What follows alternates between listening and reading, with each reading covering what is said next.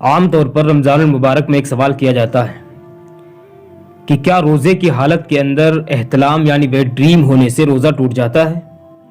اس کا صاف جواب ہے کہ جی نہیں۔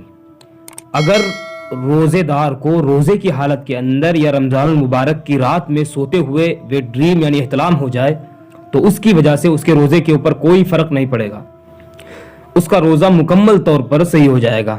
اب بات کرتے ہیں غسل کی۔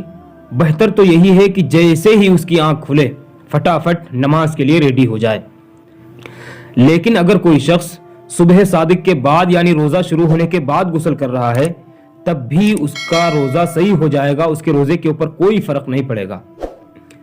لیکن یہاں پر ایک بات کا خاص خیال رکھیں کہ غسل کرنے میں اتنی تاخیر کرنا کہ نماز قضا ہو جائے یہ بہت بڑا گناہ ہے، اس سے اپنے آپ کو بچائیں۔